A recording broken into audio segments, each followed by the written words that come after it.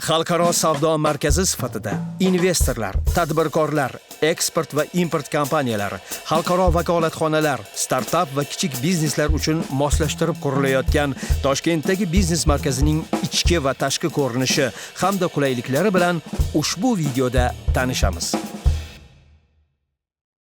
Assalomu alaykum. Meni ismim Jasurbek. Bugun Terminal biznes markazi qanday ko'rinishga ega bo'lishi va u yerda yaratilayotgan sharoitlar haqida gaplashamiz. Terminal loyihasi xalqaro savdo markazi konsepsiyasi asosida yaratilgan.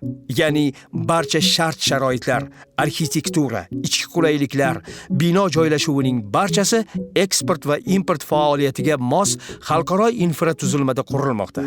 Biznes markazida ofislar va coworking zonalari, logistik va yuridik yordam, ekspert xizmatlari va B2B hamjamiyati, forum va biznes tadbirlar uchun zallar joylashadi.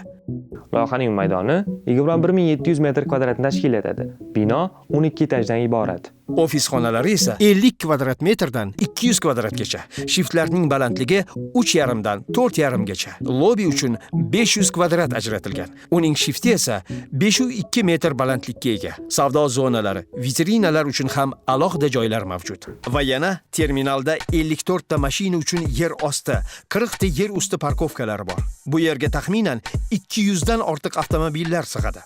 Yer osti avtoturargohga kirish avtomatik shlagbaun orqali amalga oshiriladi hamda ikkita lift to'xtash joyidan binoga kirishni ta'minlaydi. Bu biznes center bo'lgani uchun lokatsiya juda ham muhim. Shu sababdan uni qayerda joylashganini ko'rib chiqsak. Loyiha Mirzo Ulug'bek va Parkent ko'chalarining kesishmasida joylashgan. Biznes va markaz foydalanuvchilari uchun zarur bo'lgan ko'plab xizmatlar juda yaqin joylashgan. Undan tashqari, bir nechta kafelar hamda boshqa xizmatlar ham 10-15 daqiqalik masofada joylashgan. Shuningdek, avtomobilda shahar markazigacha 10-15 daqiqa, aeroportgacha esa 20 daqiqalik yo'l. Endi loyihaning ichki qulayliklariga o'tsak. Markaz ichida taniqli restoranlar, savdo zonalari, bankomatlar va fitnes zali mavjud. Eng muhimi kafe. U panoramali oyna yonida joylashgan. Bitta kofechani olib, oynadan qarab, fikrlashga nima etsin, to'g'rimi? Savdo joylari yuqori rentabillik va barqaror talabga ega. Qulay joylashuv tufayli bu yerda doimiy piyodalar oqimi, biznes markaz xodimlari va mahalla aholisi mavjud. Bunday infratuzilma rezidentlarga barcha kundalik ehtiyojlarini shu yerning o'zida hal qilib, ishga to'liq e'tibor qaratish imkonini beradi. Undan tashqari, konferensiyalar o'tkazish uchun maxsus zallar, qulay va keng coworking markazi faoliyat yuritadi. Bu joyda tadbirkorlar, frilanserlar va masofadan ishlovchilar uchun barcha zarur sharoitlar mavjud bo'ladi. Loyihaning dizayniga keladigan bo'lsak, lobby to'liq panorama oyna bilan o'ralgan. Bu ichkarini to'liq tabiiy yorug'lik bilan ta'minlash imkonini beradi.